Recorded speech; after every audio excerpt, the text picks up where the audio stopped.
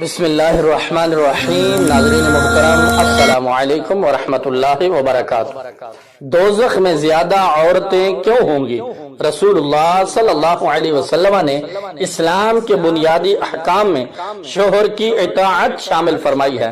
آپ صلی اللہ علیہ وسلم نے عورتوں کے بارے میں ارشاد فرمایا ہے کہ حاملہ عورت اور بچہ جننے والی اور دودھ پلانے والی، اپنی اولاد پر رحم کرنے والی عورتیں اگر ایسا نہ ہو کہ وہ اپنے شوہر کی نافرمان نہ ہو تو ان میں نمازی عورت جنت میں داخل ہوگی۔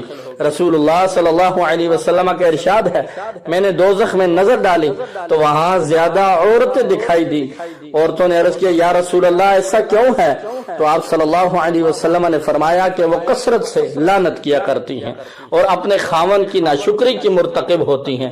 دیگر روایت میں یوں آیا ہے کہ میں نے جنت کے اندر جان کر دیکھا تو عورتیں کم تر تھی۔ میں نے پوچھا کہ عورتیں کہاں چلی گئی؟ تو جبریل علیہ السلام نے بتایا کہ ان کو دو سرخ رنگدار چیزوں نے روکا ہوا ہے۔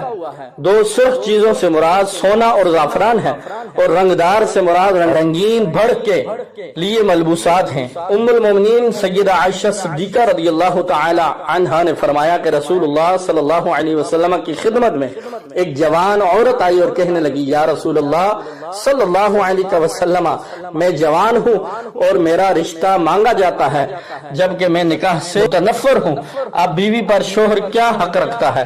پیارے آقا صلی اللہ علیہ وسلم نے فرمایا، اگر وہ اوپر سے نیچے تک پیپ آلود ہو تو وہ چاٹ لے پھر بھی اس کا شکر ادا نہیں ہوگا۔ عورت بولی، کیا میں نکاح نہ کروں؟ آپ صلی اللہ علیہ وسلم نے ارشاد فرمایا، نہیں بلکہ نکاح کرو، یہی کئی درجے بہتر ہے۔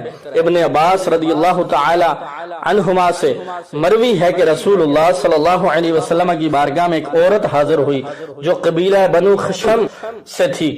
اس نے عرض کیا کہ میں بیوہ عورت ہوں اور ارادہ ہے کہ میں نکاح کر لوں، اب شوہر کا کیا حق ہے؟ ہاں، حضرت صلی اللہ علیہ وسلم نے ارشاد فرمایا کہ خاوند کا بیوی پر یہ حق ہے کہ وہ جس وقت ارادہ کرے کہ زوجہ کے ساتھ مباشرت کرے تو اس کی جانب راغب ہو، وہ اونٹ کی پشت پر سوار ہو، پھر بھی وہ مرد کو باز نہ رکھے۔